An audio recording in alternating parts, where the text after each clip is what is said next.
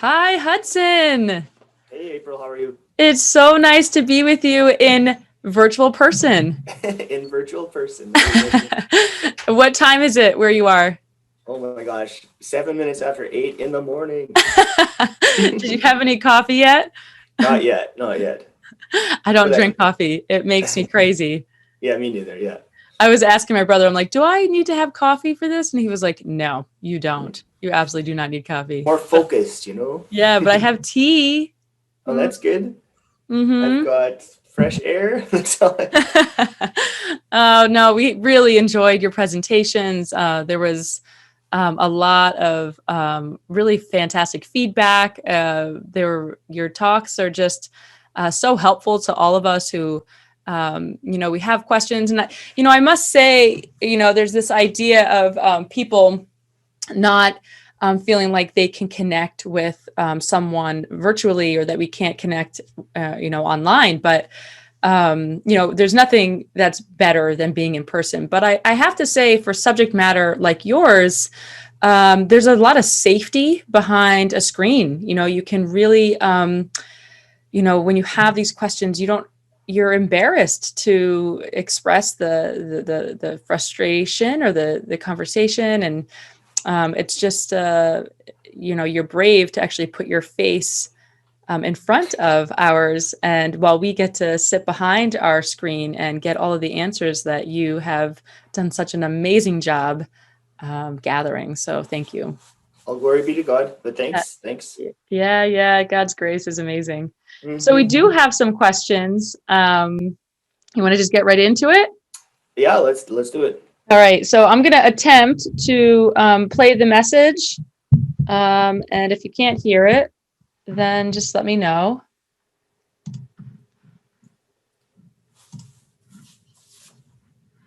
Okay. Hi, Hudson. This question is in regard to transgenderism. What would you tell a person who has transitioned from male to female and is presenting as a female and has done so for several years and has had the sex reassignment surgery? What would you tell them about transitioning back? Why would they want to transition back? How could they transition back? And why should they transition back to the person, the physical person that God created them to be?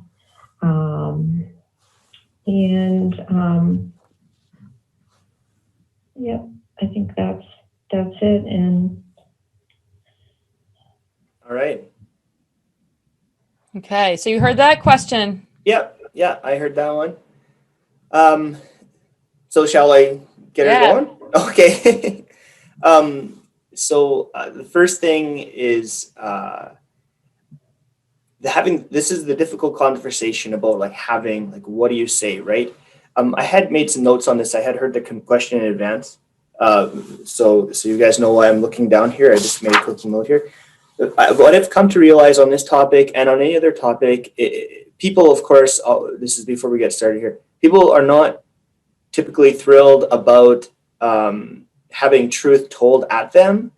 And so we want to make sure that we don't just approach people and tell them like this and this and this. We have to find a way to do it in, well, we could, but there's always a better way. And that's when it's typically through relationship. And so that would be the first thing, is to build relationship in ways that have appropriate boundaries and stuff like that, and that are authentic and not contrived. And now if that means you're just waving at your neighbor every morning when you take the garbage out, for a while, that's it, and if it means that somebody you're a coworker with, they're going to know that your smile is genuine. It could be as small as that. It could have a million different ways of looking, but I think the beginning thing is someone has to look at us and say, if we're an attractive example of a human being to them, then maybe in their hearts they'll say, I really, I don't know what it is. I can't put my finger on it, but April's got something, or Tommy's got something, or whatever.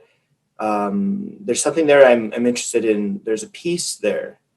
And there has to be something there that will be more attractive than where they find themselves in to begin with, right? And so that kind of makes us look in the mirror and say, what am I doing to be an example that kind of counters the narrative that the world is pushing, that Christians are just like angry people who are just hating everything? Because a lot of people have been fed that and have bought into that.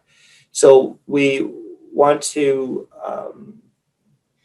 I don't mean being a pushover, right? We stand for something instead of nothing, right? That's respectable. We can't just stand for nothing and just pretend that someone's going to like us. We're never striving to be liked. We're striving to be seen as somebody with integrity, and there's beauty in that. So there's that, and through that example, the hope is hostility can be decreased, and of course, if hostility is decreased, and there's an openness that solely happens because of just how we conduct our lives in an attractive way, then that rejection of what we believe in might decrease. Now, this is the beginning stuff. The other thing we want to think about is so there's somebody like, okay, they're living in this way, or they believe these things. We want to also just not take upon the world upon our shoulders here. Like, there's a degree of complicitness that a person is for not saying something. And if you have someone who's completely bought in and everything like that, maybe the fact that you don't say something tomorrow about it isn't going to be of that much effect compared to whether you were talking to like a 5-year-old kid who was getting influenced by the culture. There'd be a much different situation, right? So just know that God will weigh that out. But we also, in being closer and striving to be prayerfully closer to God and knowing what we could do, he'll weigh that out too, right? Because it's easy for us to neglect and just say nothing. How many people say, well, it doesn't affect me, so I don't have to talk about it, right? And it's like, well, that's kind of why we're here right now, because enough people said nothing, right? We might be beyond a point of return, right? So with regard to transitioning back, very tough to bring up for someone who thinks that transitioned is who they are. Like I said, they'd have to find some kind of dissatisfaction or emptiness in where they are on their trajectory of being transitioned. Now, if their transition, if it has to do with some form of escapism from trauma, if that's a part of the story, then that maybe that feeling of this is less satisfying than I thought might come after some inadvertent healing from trauma or something like that. Or if worse yet would be if they hit some kind of rock bottom and they realize that, oh my Lord, I've made a big mistake. And that's a lot of the detransitioners that I talk to. That's really what it is. It's just like an awakening, or God puts it on their heart that what they were totally sold on one day is not. It was a big mistake, right? So there's tons of detransitioners out there right now who are out there sharing their story, also with like life-changing, irreversible, impacts of their body due to like surgeries and hormones and stuff like that. So they have a powerful story. Now the question, there was a part of her question was, why would they change, right? Well, if we don't live a more attractive example, there'd be no reason for them to change in their eyes, right? But also, if you're dealing with someone who's striving for truth and striving for unity with Christ, and they're dealing with these things, then there's a little more hope, because they're not just somebody who's totally sold on their own perspective of things.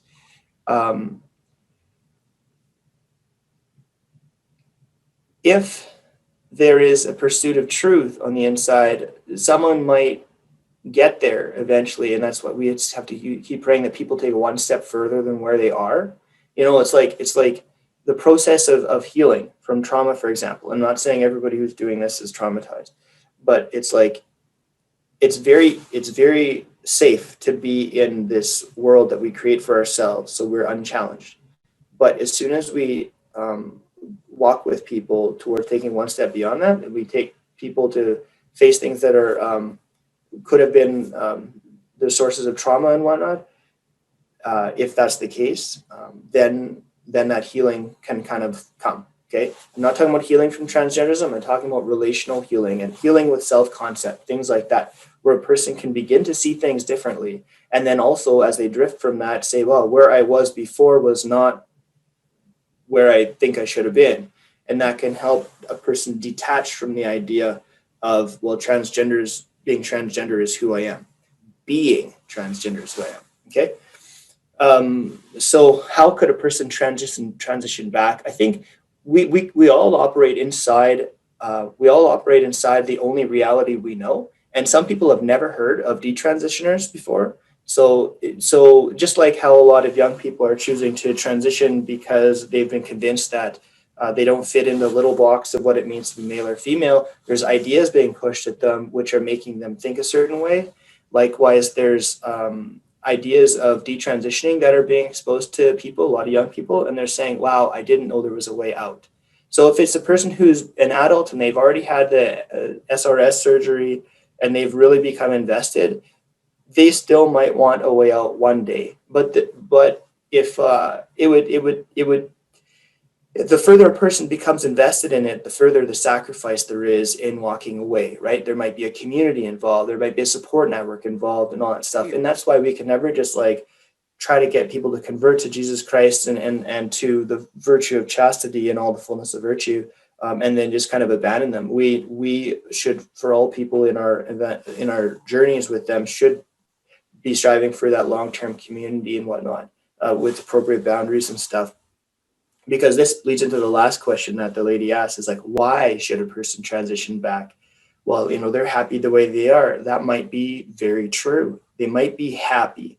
They might even experience joy, from here and there and stuff like that. But there's one thing. If a person isn't willing to submit their wisdom to be below the wisdom of the Catholic Church, they probably would never find a reason to transition, because in their eyes. But it's beyond the wisdom of the Catholic Church, because the Church doesn't just invent truth like some kind of like a religious ideology. Like a lot of people think just religions invent truth. We have to understand that the Church upholds truth. The Church upholds that which is true. The apple tree produces an apple. The Church makes a proclamation that is true.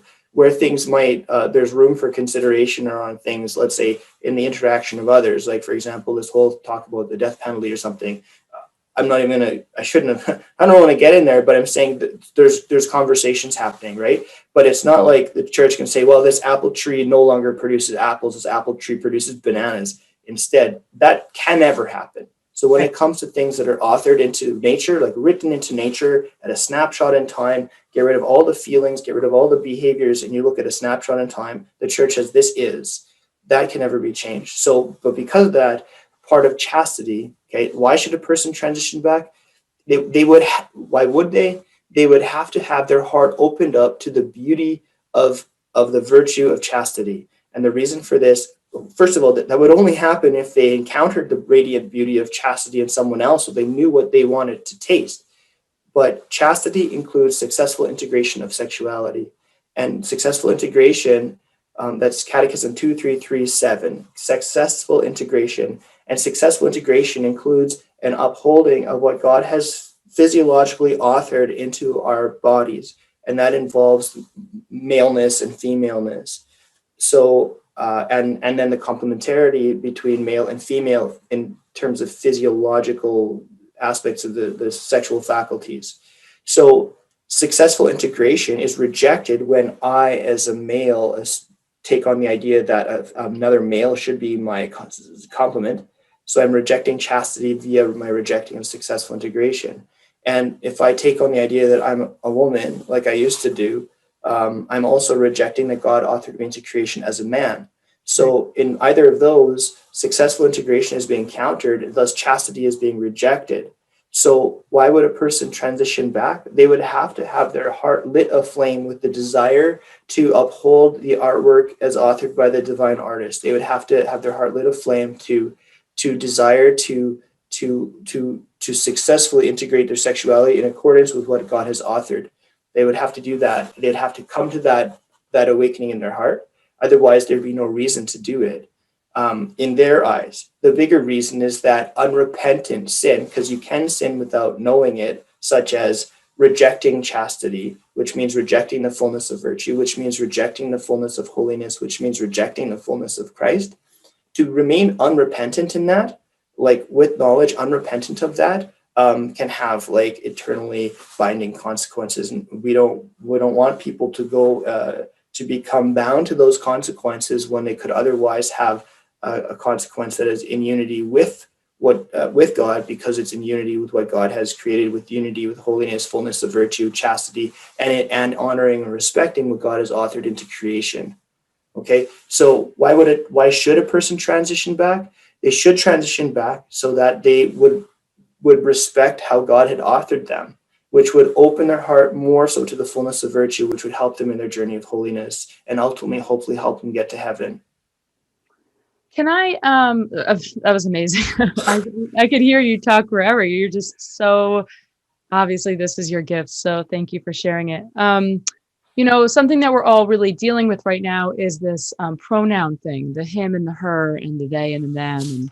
And, we're so Catholics sometimes get a bad rap for not being inclusive enough to all different walks of life. And it's not that we are not loving, we just want them to experience the fullness of grace. But there is a fine line between acceptance and enabling and love, like the very very thin line between all of those.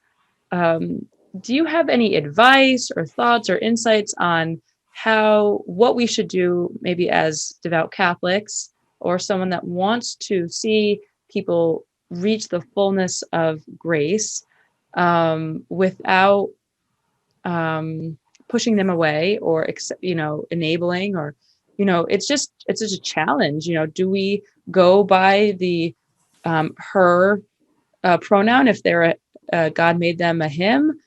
Do we buy into the they and the them? You talked about friendships and community, and you did such an awesome job at reminding us of our humanness and how much we need.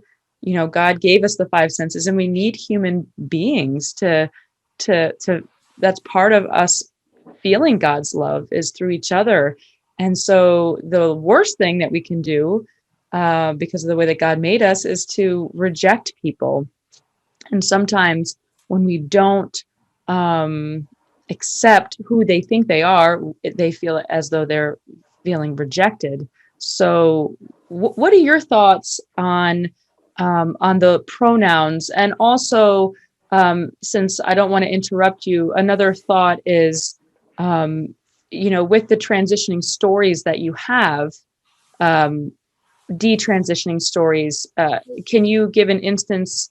You did talk about your coming into the fullness of the church and God's grace, but for people that have detransitioned, did they have, is there like a common thread of people welcoming them in, like you were welcomed into the church through your friends and community? If you have an instance or two of maybe how did they just come to this conclusion themselves, or was it family members, or was it, something they saw or heard or read?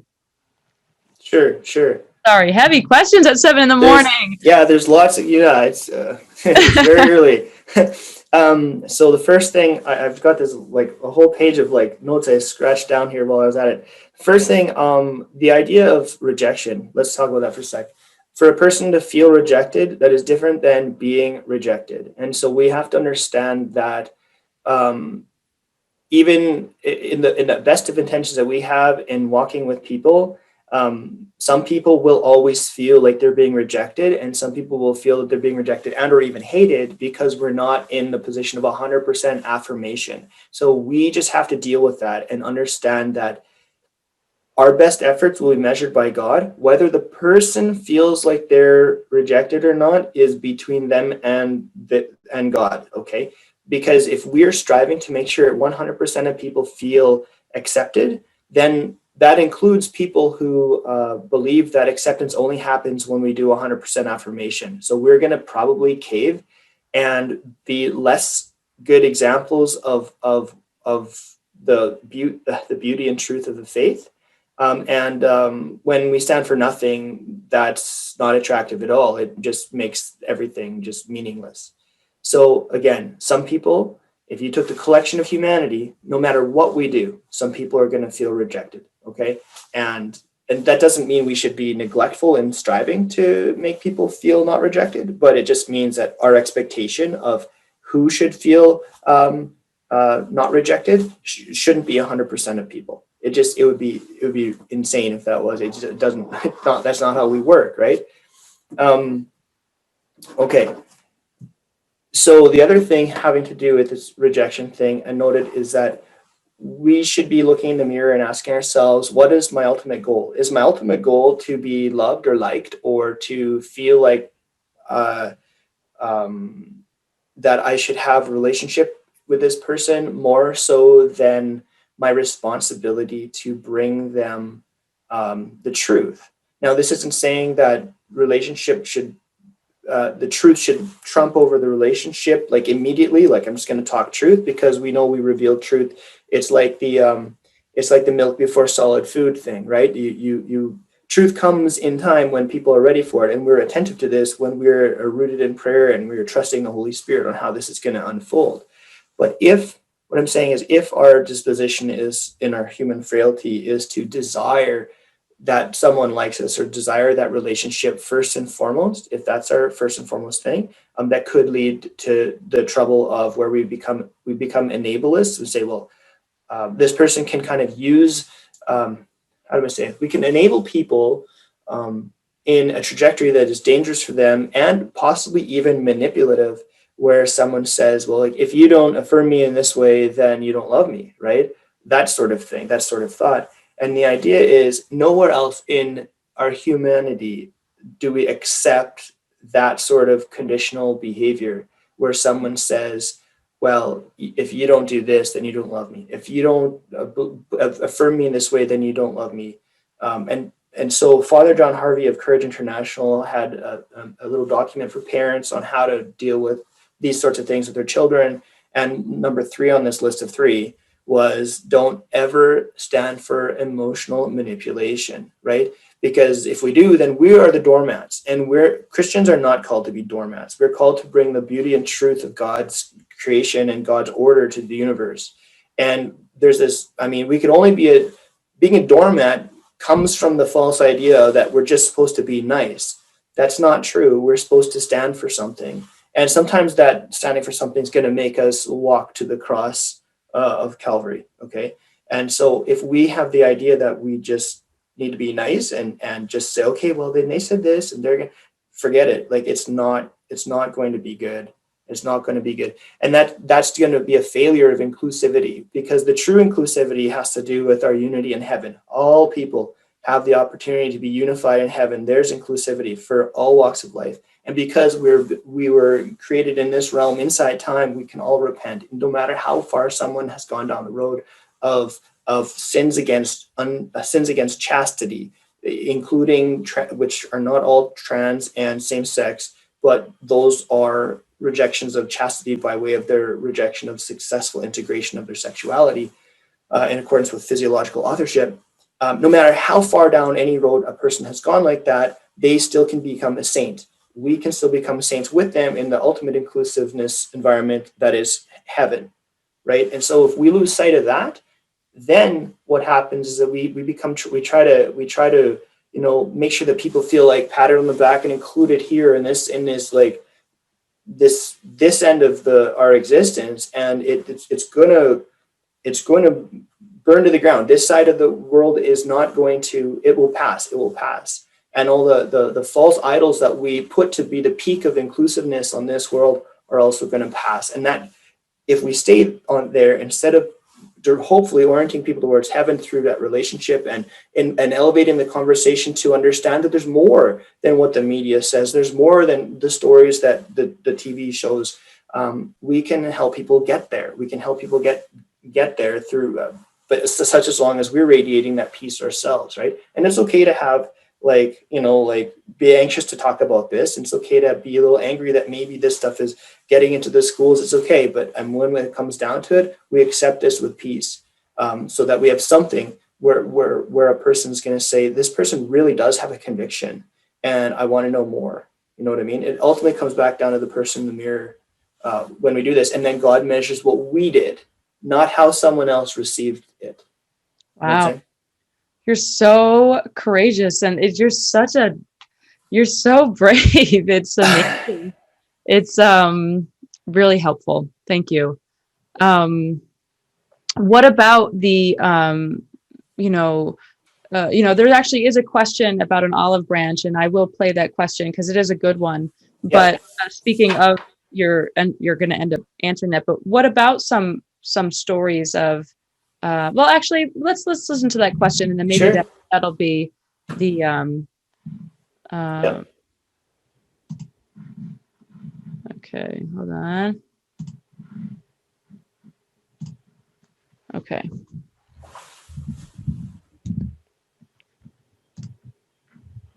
Hi, Hudson Byblow. Thank you so much for your talk. We were just listening to your talk about friendship. So good.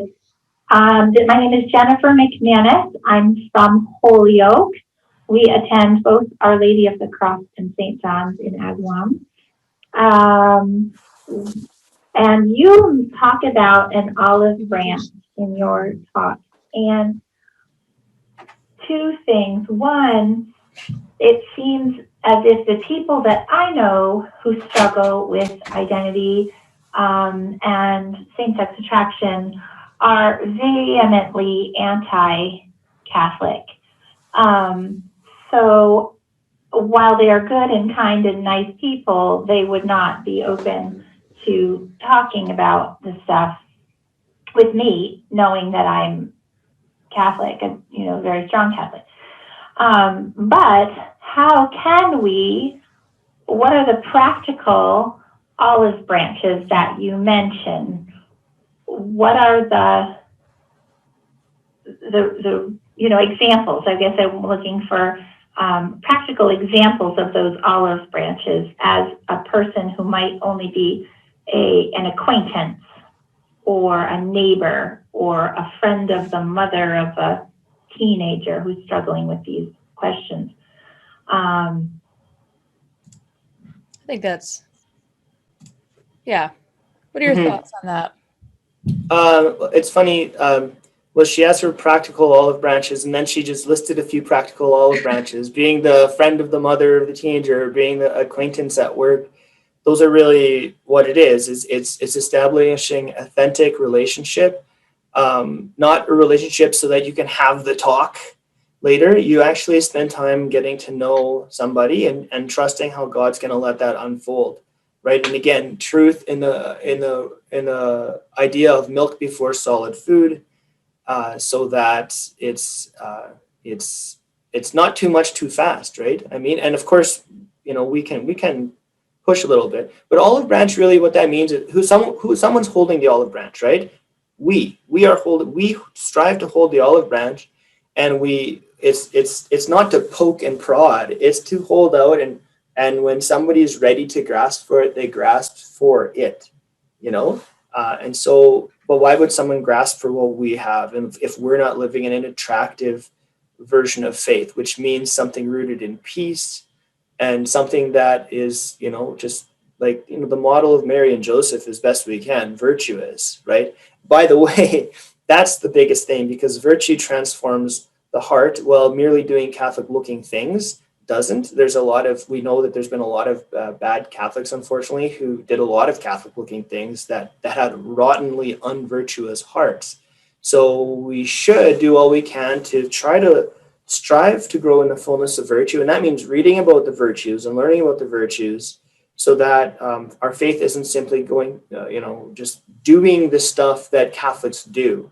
It'll be radiating the heart of holiness, which is what we all ought to do. Okay. And then we learn, once we do that, we learn to pull things out of our lives that are impeding that radiance. And that's the stuff that makes someone that make someone attractive. Say, I want this. I want to follow in the footsteps of this person, right? And that's the olive branches. I mean, we hold the olive branch, but as we grow in that character of virtue ourselves, that olive branch becomes all the more attractive for people as they, and we pray for everybody that they open their hearts to growing in that way too, so they can take it.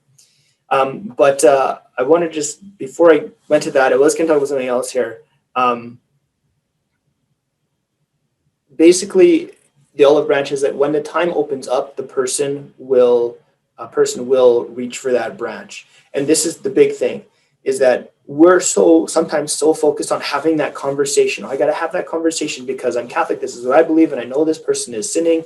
I have to have that conversation. Now, if we approach with that, it probably is going to be less good than what it otherwise could.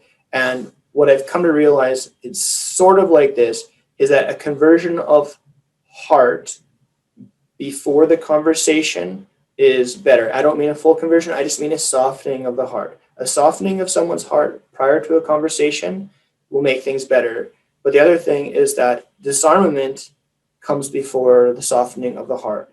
So there's this person that you know, and you work with them side by side, and you know the story.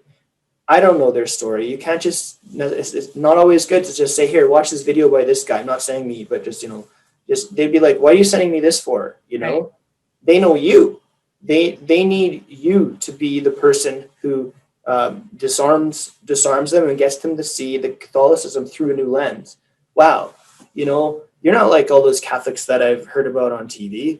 You're actually pretty chill. You're relaxed. I mean, they're approachable, welcoming. I like being around you, that kind of stuff. Without us, of course, ever pining for their affection and attention. That's the different. That's on the other side of the hump. That's a bad thing. We're not trying to seek out that approval. We're just striving to be who God's called us to be, so that people will be more open to us. But yeah, disarmament coming before conversion and softening of heart coming before conversation would be optimal. But the more that we become educated on these types of topics, the more like points you have in your back pocket loaded and ready to go, the better the chance is that when that person suddenly brings something up to you, like, so why do you hate trans people anyway? You'll actually have a hope of responding in a good way. Where did you hear that? Where did you learn about that? I don't hate anybody. I want everybody to understand the beauty that Jesus has to offer them, the peace that he has for everybody. That's what I want. Everybody, trans, gay, straight, whatever, use those words, whatever you want. But that's where there's two approaches. There's a pastoral approach where you're dealing with someone in the moment, someone who's like needing to know Jesus through you. And then the other side is like, okay, behind the scenes, we got to study up and learn what's going on and be knowledgeable at this. Kind of like a physician of the body, right? Spends 10 years in school before he goes out in the field. And to be a physician of the soul would also take a lot of training, so to speak. You know what I'm saying? So, yeah. I mean, God will use us. God's the physician. We're just the instruments, just to get that clear. But anyway, yeah. I hope that kind of makes sense. It really, again, it comes back to the person in the mirror saying, what am I doing to help disarm the situation and be an attractive example while still standing for truth and not being a pushover when things hit the fan, Yeah. Yeah. I think, I actually have a personal relationship with somebody that was practicing homosexual for 40 something years. And all along, wanted something, was searching, and he realized that it was all along, he thought that he couldn't find it because he was gay, but really it was like he was missing the fullness of the church, and he had tendencies. You talk about this so beautifully, about that he had tendencies, but it didn't make him who he was. Like that's not who he is. He's a child of God first, and it really was the olive branch. It really was this, come be with us. Come to church and come back. And it was actually through, AA and just little baby steps of softening the that he wasn't going to lose everything in order to know. I just, the only way I can put it is like to be who God made him to be, which was, yes, he had tendencies in one direction or another, just like we all have, tendencies to do lots of things, but we, have to resist those temptations, and so he is such a beautiful soul. It just reminds me of God's mercy and grace, because God was so happy, and he's so happy, and he did end up leaving the community that he was used to, but another community opened the doors to him and loved him. And so this story isn't uncommon. It is true, and it does happen. And it's not like, yay, we win. It's like, no, it's like, that's awesome. Yeah. One more soul getting to know Jesus Christ in a more profound way. That what you described there, there are so many stories, so many, like, and they're not promoted on the mainstream media. You're just not going to hear about them. But once you get below the surface, the stories are everywhere, which is so beautiful to see. I was going to add one more thing. Check this out. In 100% of the cases, I hate saying that, 100% of the people that I've worked with who have turned their lives back to Jesus, like they don't come back to the people who tried to affirm them into an LGBTQ mindset. They don't. So those Catholics in the churches who are pushing them down that road, they realized that they couldn't trust them. Those people were complicit in their journey to a place that was a dark place for them.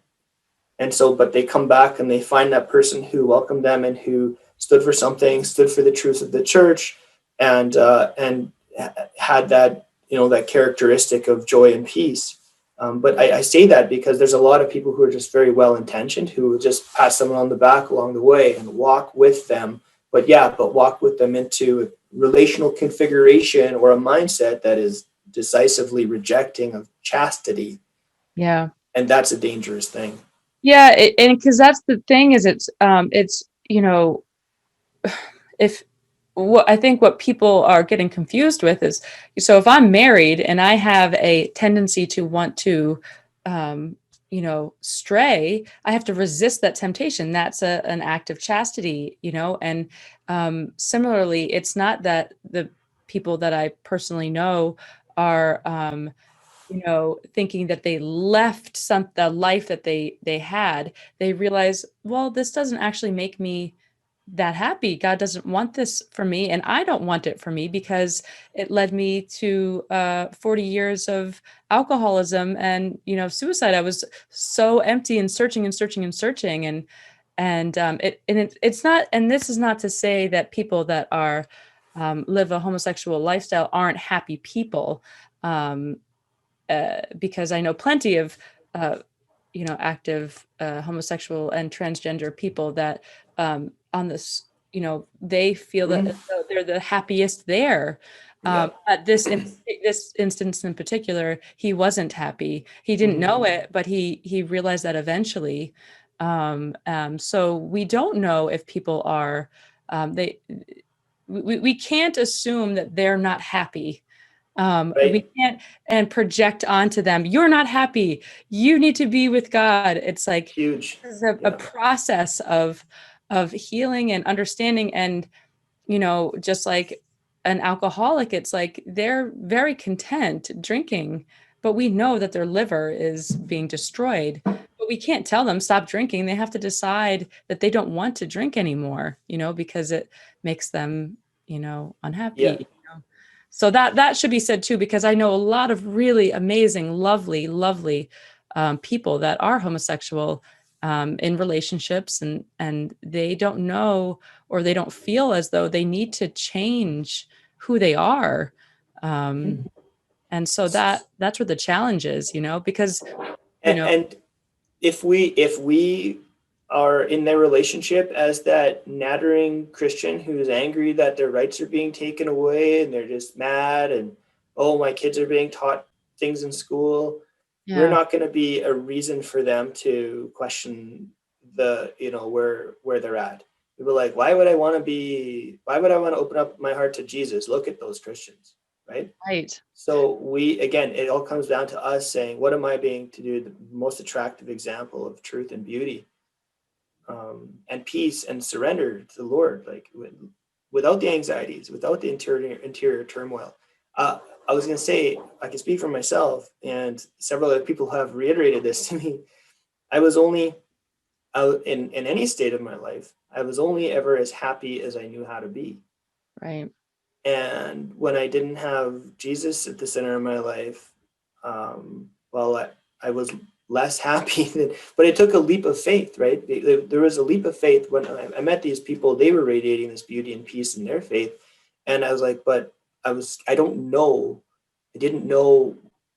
I had to take a leap of faith and trust that whatever they had was something better than what I was holding on to. And I was holding on to what I had because it was comfortable and familiar, even though it was toxic. It's another thing that a lot of us humans do, right? So there involves a leap of faith. So when someone takes that leap of faith and opens their heart to Jesus, and a community outside of that comfort zone, like that's something to be celebrated, and it's very special. Yeah, and I think the most challenging is uh so hard to say these people because we're humanity, Yeah. um Good. humans that have tendencies to same-sex attraction or transgenderism or any other attractions that they struggle with. It's like they are made in the human likeness of God, and so they are. I actually haven't met anyone that I didn't think was a good person. They're lovely, lovely human beings, and I think that's the hardest part is like, why do you feel like I need to change? I'm a good person.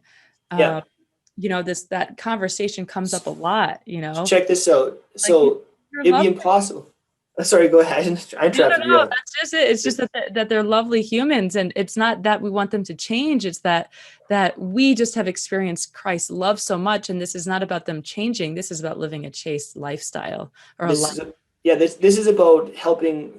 This is about us radiating the beauty of chastity so that other people want it for themselves. And if we don't have the language of virtue, if we don't speak about virtue, if we don't raise our children with the language of chastity and temperance and prudence, if we are just going there and doing Catholic looking things, when our kids become older and are exposed to these topics, they won't have the language to even begin to address it in a sensible way, and they'll be swept away by the culture. It's a near guarantee, because they don't. The language of chastity and all this stuff we're talking about will be so far off the radar, it won't even register. Like it just, we can't understand concepts if we don't have the language that is underneath the concepts, right? And how many, I mean, I in my life experience growing up and assessing Catholic resources, unfortunately mostly made in the 70s and 80s and 90s, like almost this much, zero, have I seen the language of virtue introduced at young children's levels. Okay, in most of the resources. And I'm like, that is the huge reason why kids find that they can't make sense of the Catholic Church, especially when it comes to their 10-year-old friend who comes out as gay because they watched some TV show that said that they must be gay because they long to have friendship, really. But they don't have the language. And then we're surprised, that science textbooks have vocabulary in the back so we can understand what they're talking about, but we should do that for religion stuff, would be Yeah, nice. I'm so glad you're bringing up virtue because I feel like, especially having close relationships with actively homosexual people, we focus as Catholics so much on this vice of sex, of lust, and but there's so many other things that we need virtue for, and this is so magnified, but it doesn't really need to be. I love that you're talking about the teaching of virtue to young children, because if we taught them, there are things that you're going to want to do, but God made you for more, period. It doesn't have to focus so much, laser focus on these outward vices. There's lots of things. There's one point about virtue that I have to get in before we wrap this up, I'm sure. Okay, Yeah. so right now we live with the children have like an epidemic, like, you know, depression rate and suicide or whatever. Social media is telling them that they have to be perfect. They have anxieties about being imperfect, and they're trying to do what they can do and stuff like that. But here's what happened for me once I shifted from a behavioral focused faith to a virtue focused faith. Okay. Number one, when I was thinking about, I have to be perfect, I have to be perfect like all those other people that I perceive are perfect, in my weak mindset. Okay. I was never perfect. I was never perfect at being anyone else. And I certainly didn't feel like I was perfect at being myself. And so therefore I was guaranteed always failure. Every day of my life went down and down and down because I could never measure up to my standard of what I ought to be. And this was toxic thinking. And a lot of our children are stuck in this toxic thinking. They're trying to become perfect as somebody else.